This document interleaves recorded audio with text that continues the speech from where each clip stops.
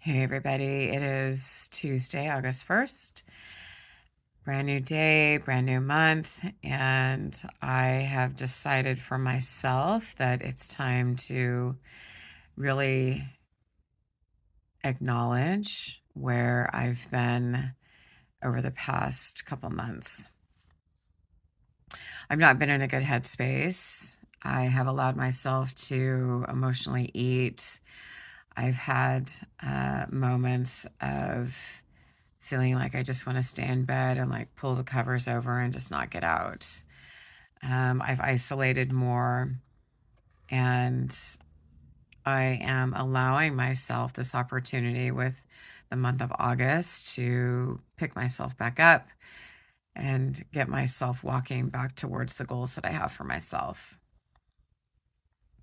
I applied for a job that I really thought was meant for me. I thought that if I was in the right location, in the right studio cottage with this amazing clawfoot bathtub, a half a block down the street from the beach, that everything would be hunky dory.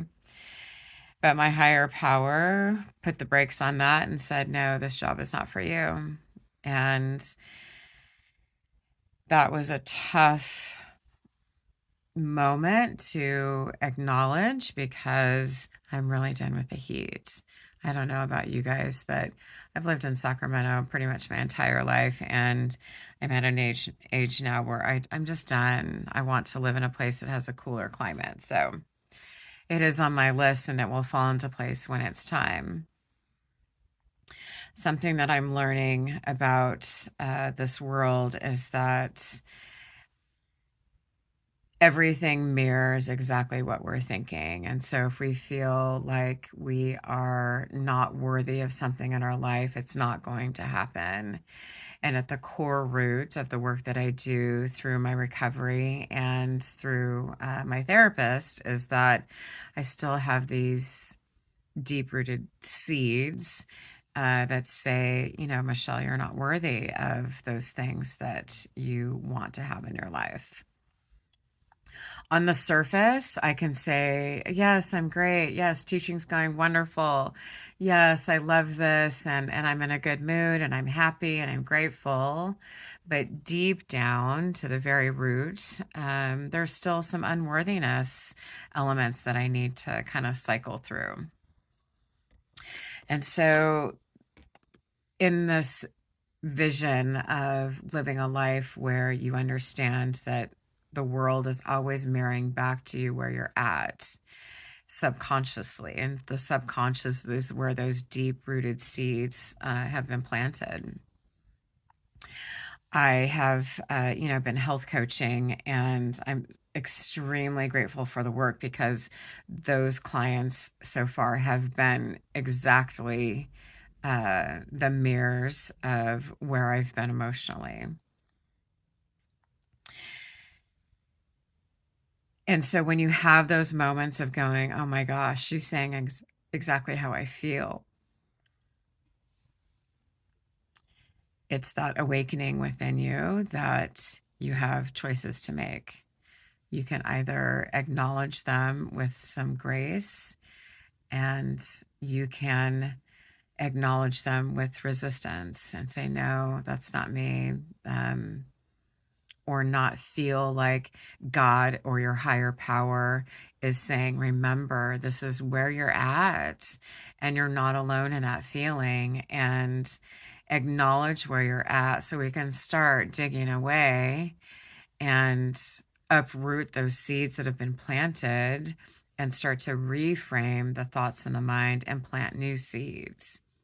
But it takes excavating in the dirt. It takes the willingness to acknowledge the fact that at the core root, we're just feeling unworthy of whatever it is, unworthy of love, unworthy of financial success, unworthy of stability. Those are three things that for me continue to surface. And until I acknowledge that that's truly how I feel, I'm going to keep repeating lessons in my life that validate that that's my core belief. So, this podcast that I've been listening to called Expanded talks about that same level of consciousness, that our subconscious mind is really where we need to kind of excavate to. And the subconscious area of the brain is where these seeds have been planted. And so we can show up and, pretend that life is fine, and we can put on the mask and the different layers and cover up where those seeds have been planted. And we can, cover that up for years. The way that we find ourselves back to the subconscious mind is by being still, is really being with the lessons that keep returning. So you can have a little chuckle at this, but this particular tarot card, look how many times I've pulled it. I haven't pulled it in a while. And it's been about 6 months since I've pulled it. But before then, I was pulling it like almost every month or every 2 months.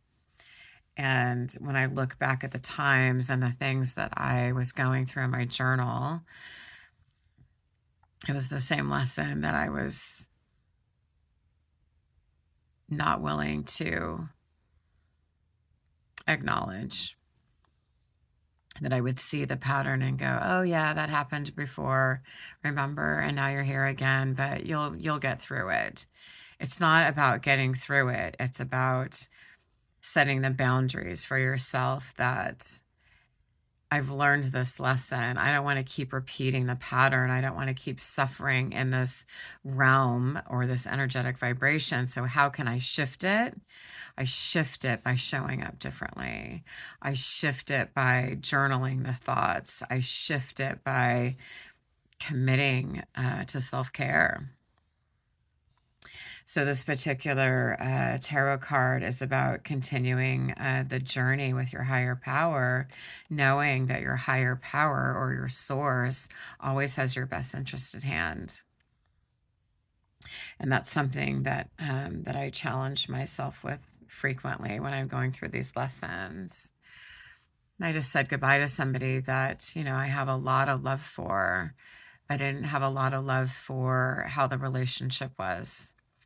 And I kept telling myself, well, the love between us outweighs all these other feelings. But the reality is that it was the reverse. The feelings that I would go through in the in-between stages of waiting around were awful. And if I tell myself I don't deserve it, but yet I stay in that type of relationship, I am the one that's not willing to validate what that lesson is.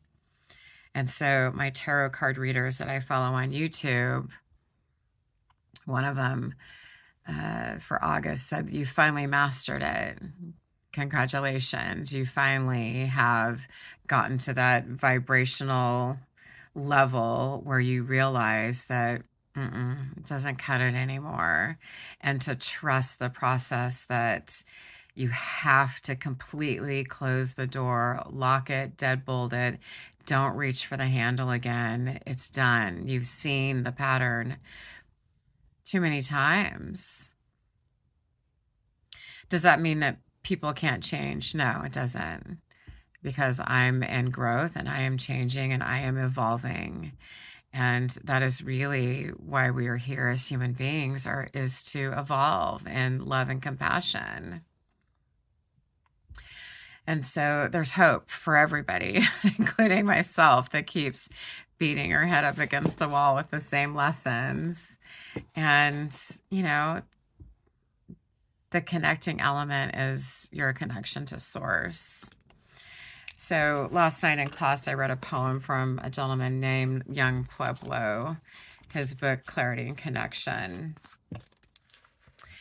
And it says, he says this: when we travel inward, we may hit a particularly rocky layer of the mind, a sediment of conditioning that has been thickly reinforced.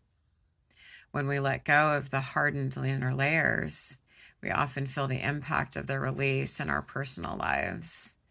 The storms of yesterday or the heaviness of the past moments rise to the surface.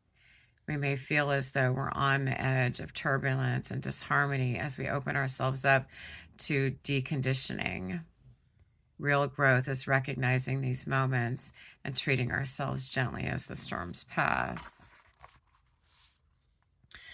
So, what I realized is when I had been contemplating, do I stay? Do I just keep waiting? Do I say goodbye? What do I do?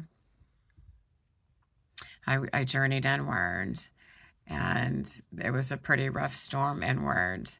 But my higher power was like, come on, Michelle, get it up, get it out. Be honest with how you feel right now in these moments of in between. And I don't want to feel that again. I had felt that for many years before, and I don't want to feel it in a relationship. And so it was time to say goodbye. Does that mean that I won't repeat that lesson again? I hope so. I hope that I have mastered it. I hope that I can stand in my conviction of the things that I am looking for in a relationship and hold my boundaries and walk away a little sooner if they're not there. Part of my inner being is that I always see the good in people. And so I will downplay behaviors that cause me suffering because I can look deeper within somebody even if they're not able to. Right? We're all a product of our environment. We've all chosen the life that we are here showing up for. And I hope that we can all start to see that when things start to feel the same again within us, right? When the feeling is repetitive, can we go inward and can we be extremely vulnerable to look at what the subconscious mind is really trying to tell us? What's the core root? What are you truly, truly feeling? It's not that we're just sad. For me, it was I felt unworthy. I felt abandoned. I felt unlovable. I didn't want to acknowledge those feelings because I see the good in somebody and think they don't think that of me. And maybe they don't. They probably don't. It's the life that I've chosen to be on this earth, to experience, to have to say to myself, you're not those things. You are worthy of love and connection. We all are. In Ayurveda medicine, they talk about this concept that the root cause of all disease in the body is a disconnect from spirit.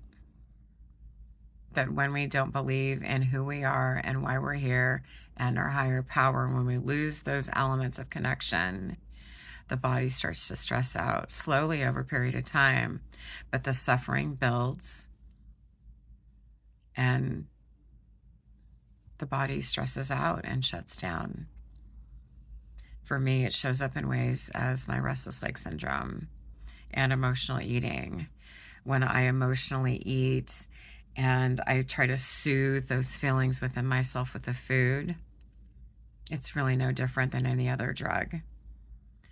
It's not wanting to acknowledge where my subconscious mind is and saying, I don't want to deal with it. I just want to push it away. So that's where I'm at today. And I'm grateful to be in the headspace that I am in this moment. But this too shall pass. And as Pema Chondron says, we go up the mountain and down, up the mountain and down to learn these lessons and to experience them in ways where we hope that at some point they change, that we do master them, and then a new lesson will come into play for us. And then that will be one that we move through many times up and down the mountain until we can stand at the top and say, okay, I've got this. That's my long ramble for today. And I just wanted to say thank you for watching. Thank you for allowing me the vehicle to put myself out there in this way. And if you're watching this, I love you. Thank you for all the experiences. Thank you, higher power, for showing me the lessons. And yeah, love where you're at today. Cheers.